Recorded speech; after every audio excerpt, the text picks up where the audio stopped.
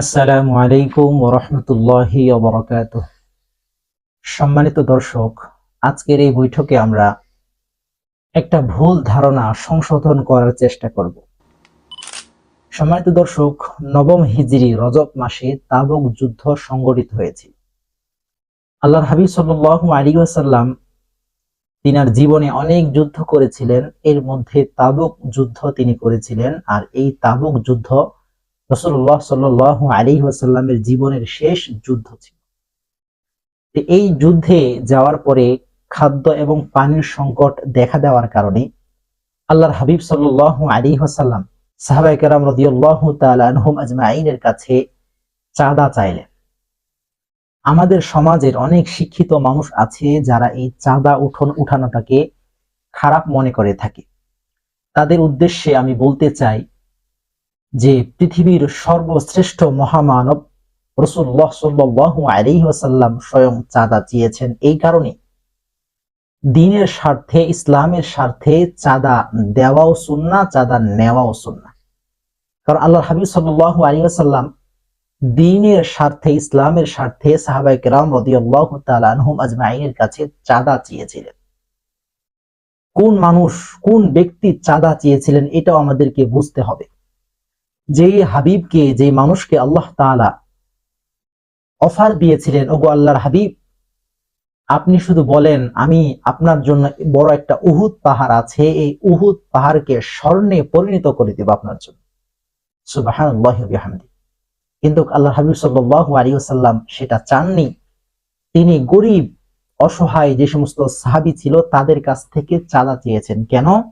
আল্লাহর হাবিব সাল্লাল্লাহু আলাইহি ওয়াসাল্লাম এটা চেয়েছেন যে আমার সাহাবীরা যেরকম নিজেদের জানের মাধ্যমে আল্লাহ তাআলার নৈকট্য অর্জন করেছে, তারা তাদের মালের মাধ্যমেও আল্লাহ তাআলার নৈকট্য অর্জন করুক, এটা আল্লাহর হাবিব চেয়েছেন। বিধায় তিনি সাহাবীদের কাছ থেকে চাঁদা চেয়েছেন। তাহলে আমাদের সমাজের শিক্ষিত মানুষ যারা চাঁদা উঠানোটাকে খারাপ মনে করে থাকে, তাদের এই ধারণা সম্পূর্ণ ভুল। হ্যাঁ, কিছু মাদ্রাসার মুহতামিম আছে, কিছু মাদ্রাসার শিক্ষক আছে যারা চাঁদা উঠানোটাকে একটা ব্যবসায় পরিণত করে নিয়েছে। অর্থাৎ চাঁদা উঠায় আর নিজের সংসার চালায়, নিজের পেট চালায়। এদের জন্য চাঁদা উঠানো উচিত নয়।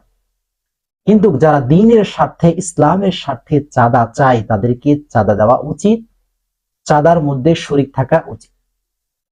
তো আল্লাহর হাবিব সাল্লাল্লাহু আলাইহি ওয়াসাল্লাম তাবুক যুদ্ধে যখন খাদ্য আর পানির সংকট দেখা দিল, তখন সাহাবীদেরকে বললেন, তোমরা যে যার মতো, যার যেরকম সামর্থ্য আছে, তোমরা তোমাদের সামর্থ্য অনুযায়ী চাঁদার মধ্যে শরীক হও। আল্লাহর হাবিব সাল্লাল্লাহু আলাইহি ওয়াসাল্লামের এই ঘোষণা শোনার পরে একজন একজন করে সকলেই চাঁদার মধ্যে শরীক হলেন। ওমর রাদিয়াল্লাহু তাআলা আনহু মনে মনে ভাবলেন, আমি তো সর্বদাই আবু বকর সিদ্দিক রাদিয়াল্লাহু তাআলা এর থেকে আমলের দিক দিয়ে উন্নত, অগ্রগামী হতে চেয়েছি, কিন্তু কখনোই পারিনি। মনে হয় এই যুদ্ধে আমি সেটা পারবো। কেন? ওই যুদ্ধে আবু বকর রাদিয়াল্লাহু তাআলা এর সম্পত্তি থেকে ওমর রাদিয়াল্লাহু তাআলা আনহুর সম্পত্তি একটু বেশি ছিল। আবু বকর সিদ্দিক রাদিয়াল্লাহু তাআলা দ্বীনের স্বার্থে, ইসলামের স্বার্থে দ্বীনের পিছনে টাকা খরচ করতে করতে করতে তাই প্রায় তিনার সব সম্পত্তি শেষ হয়ে গিয়েছিল। তো আল্লাহ হাবিব সাল্লাল্লাহু আলাইহি ওয়াসাল্লামের ঘোষণা দেওয়ার পরে এক একজন সাহাবী চাঁদার মধ্যে শরীক হলেন। ওমর রাদিয়াল্লাহু তাআলা সঙ্গে সঙ্গে বাড়িতে দৌড়ে গেলেন। যাওয়ার পরে তিনার যত সম্পদ আছে সমস্ত সম্পদকে দুই ভাগ করলেন।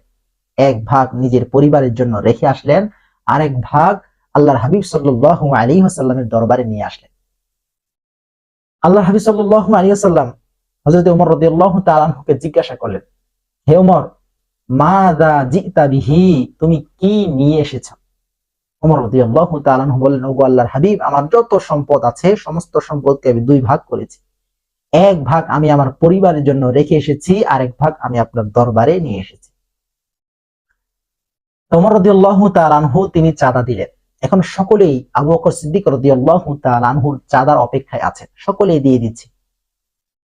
আবু বকর সিদ্দিক রাদিয়াল্লাহু তাআলা আনহু কিছুক্ষণ পরে ছোট্ট একটা পোটলা নিয়ে আল্লাহর হাবিবের দরবারে উপস্থিত হলেন। উপস্থিত হওয়ার পরে আল্লাহর হাবিব সাল্লাল্লাহু আলাইহি ওয়াসাল্লাম আবু বকর সিদ্দিক রাদিয়াল্লাহু তাআলা আনহুকে জিজ্ঞাসা করলেন, মা আবকাইতা লি আহলিকা, হে আবু বকর, তুমি তোমার ঘরে কি রেখে এসেছো? ওমর রাদিয়াল্লাহু তাআলা আনহুকে জিজ্ঞাসা করেছিলেন, তুমি কি নিয়ে এসেছো? আর আবু বকর সিদ্দিক রাদিয়াল্লাহু তাআলা আনহুকে জিজ্ঞাসা করলেন, তুমি ঘরে কি রেখে এসেছো? এই প্রশ্ন যখন ওমর রাদিয়াল্লাহু তাআলা আনহু শুনলেন, তখন তিনি নিশ্চিত হয়ে গেলেন যে আজকেও আমি আবু বকর থেকে অগ্রগামী হতে পারবো না, তিনি আজকে ফার্স্ট হয়ে যাবে, আমি তার থেকে অগ্রগামী হতে পারবো না। কেন? কারণ আমি তো ঘরে কিছু রেখে এসেছি, আবু বকর ঘরে কিছু রেখে এসেছে বলে আমার মনে হয়। তো আল্লাহ হাবিব সাল্লাল্লাহু আলাইহি ওয়াসাল্লাম আবু বকর সিদ্দিক রাদিয়াল্লাহু তাআলা আনহুকে খুব শান্তভাবে জিজ্ঞাসা করলেন, মা আবকাইতা লি আহলিকা, হে আবু বকর তুমি ঘরে কি রেখে এসেছো? হযরত আবু বকর সিদ্দিক রাদিয়াল্লাহু তাআলা আনহু জবাব দেব, আল্লাহর হাবিব, আমার যে খেজুর পাতার যে বেড়াগুলো আছে, ওই বেড়াগুলোতে আমি মাঝে মাঝে সুই গেঁথে রাখতাম। আমি যখন এই পোটলা নিয়ে আসি, তখন ওই বেড়াগুলোতে আমি বাড়ি দিয়ে এসেছি, কেন? যেন একটা সুইও আমার ঘরে না থাকে, একটা সুই হলেও যেন আমার মুজাহিদ ভাইয়ের কাজে লাগে, একটা সুই যেন বাদ না পড়ে, এজন্য আমি বেড়াগুলোতে বাড়ি দিয়ে নিয়ে এসেছি। আল্লাহর হাবিব সাল্লাল্লাহু আলাইহি ওয়াসাল্লাম বললেন, তাহলে তুমি ঘরে কি রেখে এসেছো? হযরতে আবু বকর সিদ্দিক রাদিয়াল্লাহু তাআলা আনহু বললেন, আমি ঘরে আল্লাহ ও তার রাসূলকে রেখে এসেছি। বলি সুবহানাল্লাহ। সম্মানিত দর্শক, এই ঘটনা বলার উদ্দেশ্য হচ্ছে, যারা এই চাঁদা উঠানোটাকে খারাপ মনে করে থাকে, চাঁদা দেওয়াটাকে খারাপ মনে করে থাকে, তাদের এই ধারণা সম্পূর্ণ ভুল। বরং দ্বীনের স্বার্থে, ইসলামের স্বার্থে চাঁদা দেওয়াও সুন্নাহ, চাঁদা নেওয়াও সুন্নাহ। এই জন্য আমাদের যাদের সামর্থ্য আছে, আল্লাহ তাআলা আমাকে সামর্থ্যবান বানিয়েছেন, আমাকে অনেক সম্পদ দিয়েছেন, আমার জন্য উচিত দ্বীনের স্বার্থে, ইসলামের স্বার্থে যেখানে যতটুকু সাহায্য করা উচিত, সেখানে সেই পরিমাণ সাহায্য করা দরকার। সম্মানিত দর্শক, আজকের এই ঘটনা বলা উদ্দেশ্য ছিল না।